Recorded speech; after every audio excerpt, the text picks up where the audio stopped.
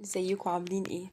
عندنا وصفة النهاردة الكنافة بالمانجا. طريقة سهلة جدا، والجو حر جدا، عايزين حاجات باردة وخفيفة وبتتحضر بسرعة. هنبتدي الوصفة معانا. هنبقى عندنا كنافة، طبعا حاطينها بالفريزر قبلها عشان نقدر نفركها ونخليها ناعمة.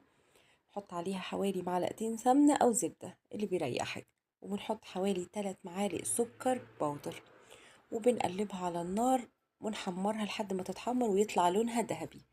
اهم حاجة تبقى النار واطية، تبقى هادية، وتضلك تقلبي فيها. هي يعني الطريقة دي شوية بتاخد وقت، بس لحد ما نحمر بس الكنافة. نحضر بقى الكريمة. عندي 4 أظرف من الكريم شانتيه.